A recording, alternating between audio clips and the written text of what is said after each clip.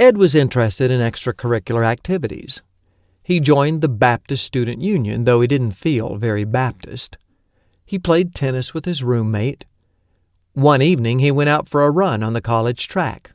He decided to see how fast he could do one lap, a quarter mile. To his amazement, his watch showed 47 seconds, close to world record time. The next day, Ed approached the coach, who arranged to meet him at the track that afternoon. After nearly killing himself, Ed flopped down at the coach's feet. "Not bad," he said, "but closer to 60 seconds than 47. Why don't you think about training with our cross-country guys?" Ed mostly thought about getting a different watch. Ed took a course in children's theater. The professor was a Christian who loved drama but said he preferred to work with children because it was a healthier environment. Ed, who was expressive and had a big mouth, excelled and was given the lead role in a play called John Willie and the Bee People. That was how he found himself stepping out of a spaceship onto center stage of the Charleston Civic Center one afternoon. He was excited to be given one of the leading roles in a production of The Screwtape Letters. His character was the poor mortal, being influenced by a bungling junior demon. It was a great role. Ed got to be in a fight scene, he got to be in a drunk scene, he even got to be in a kissing scene. There was just one little problem. Aside from a quick kiss at camp, Ed had no experience. He had no idea how to kiss a girl, much less do it in front of an audience. Why, the mere idea made him blush. For the next few rehearsals, Ed and the girl would get to that scene and nervously say, and this is where we kiss. Only they didn't.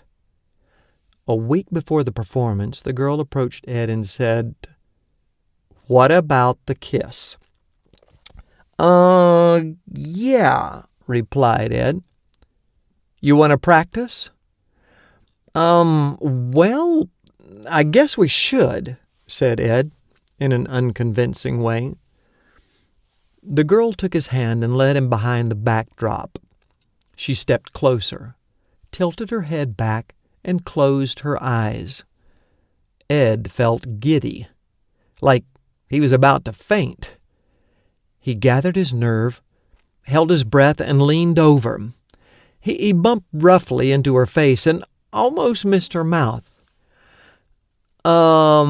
Said the girl, "maybe you ought to try again." "You sure?" he said. "Trust me," she answered. She tilted her head back and closed her eyes again. Ed took better aim and brushed his lips against hers. There, he thought, that wasn't so bad. The girl disagreed.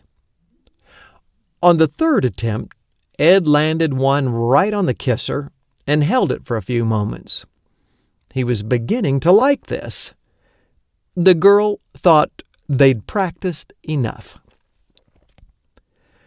When the night of the performance came, the hall was packed.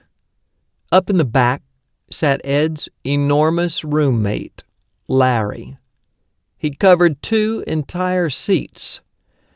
Larry was the center for the football team. When he came through the door to their dorm room, he had to turn sideways.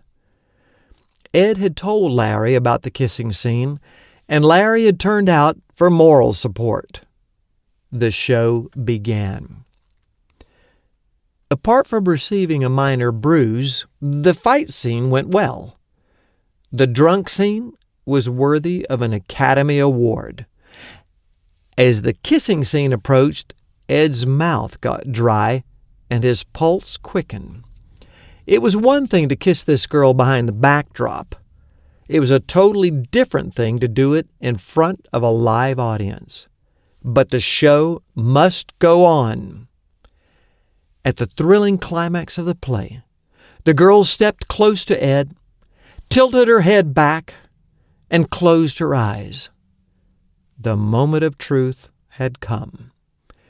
Ed inhaled deeply and decided to go big or go home. He reached around the girl's waist, spun her around, and leaned her over backward, planting a world-class smooch on her lips. From the back of the auditorium, there was an eruption. Ed's roommate, Larry, was standing up on his seat, waving his arms in the air and shouting with all his might, "Go, Big Ed! Go! Go, Big Ed! Go!"